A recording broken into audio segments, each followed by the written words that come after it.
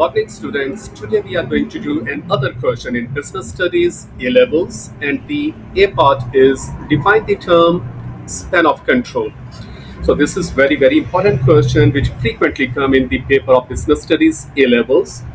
The meaning or the definition of the span of control is the number of the subordinates reporting directly to a supervisor.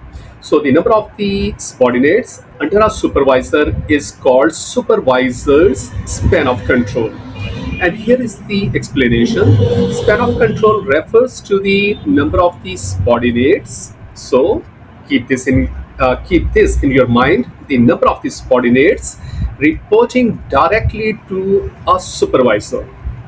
So this is the number of the subordinates under a supervisor. So a wide span will have more people and vice versa for a narrow span in a tall structure. So there are two types of this structure in any company for management. One is called broad span of the control. Broad span of the control means more workers under one supervisor.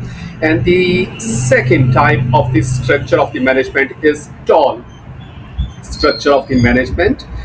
This is a structure in which there are fewer subordinates reporting to a supervisor. Okay, second part, B part is explain the advantages of a broad span of the control. So this I have explained to you in A part. So broad span of the control means there are more workers under one supervisor. So definitely both are having advantages and disadvantages. So there are two types of the structures of the management in any company. One is called broad span of control. Second is called tall span of control. In tall span of control, there are fewer workers under one supervisor, and in broad span of control there will be more workers under one supervisor.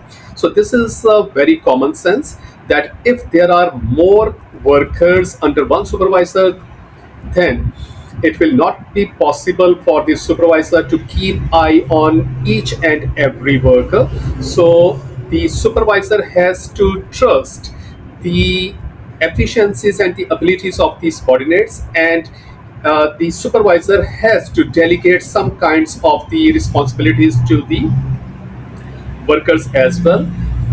In this case, definitely the workers will feel trusted, they will feel encouraged, and will work with more hard work.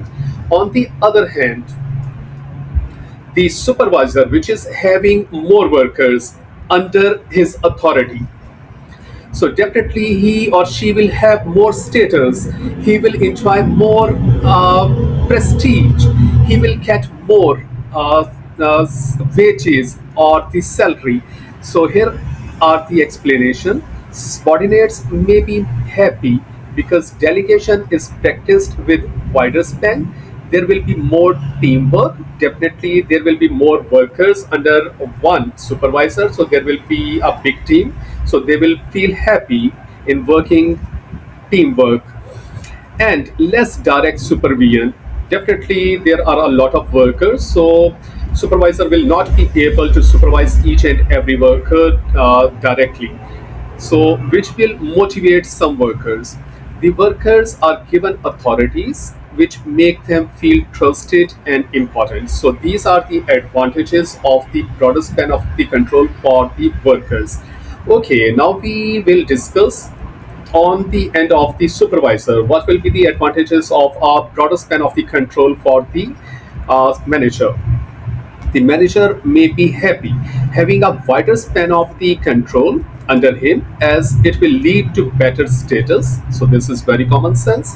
If a supervisor is having a big team, definitely he will enjoy a better status and more prestige.